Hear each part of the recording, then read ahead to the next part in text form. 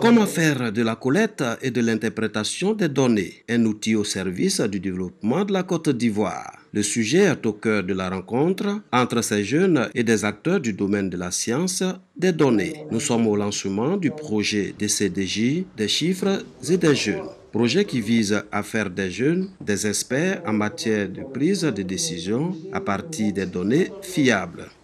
L'un des éléments importants de notre projet, c'est de former des jeunes, donc de donner des capacités en sciences de données à des jeunes Ivoiriens.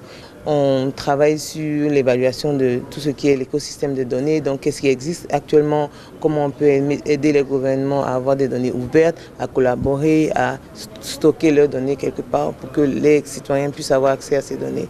2 mois de formation, 7 mois de stage en entreprise pour devenir à terme un maillon du développement de la Côte d'Ivoire. La formation des 30 premiers fellows débute le 3 septembre prochain, mais déjà, ils mesurent l'ampleur de la mission qui leur sera confiée. C'est très important pour nous et on espère que vraiment on aura impacté positivement les prises de décision dans tous les secteurs d'activité qui sont importants pour le développement du pays. Permettre aux jeunes d'être impliqués dans le développement au moyen du numérique, l'objectif des chiffres et des jeunes cadre bien avec celui du gouvernement ivoirien.